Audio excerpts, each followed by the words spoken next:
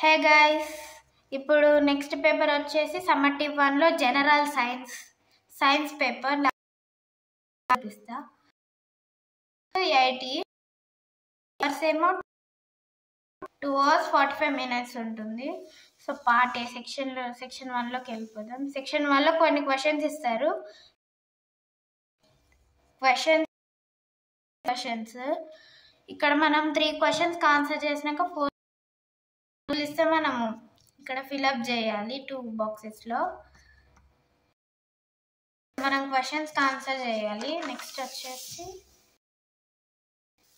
ఇక్కడ మనం weather symbol ఇక్కడ ఆన్సర్ చేసేయాలి.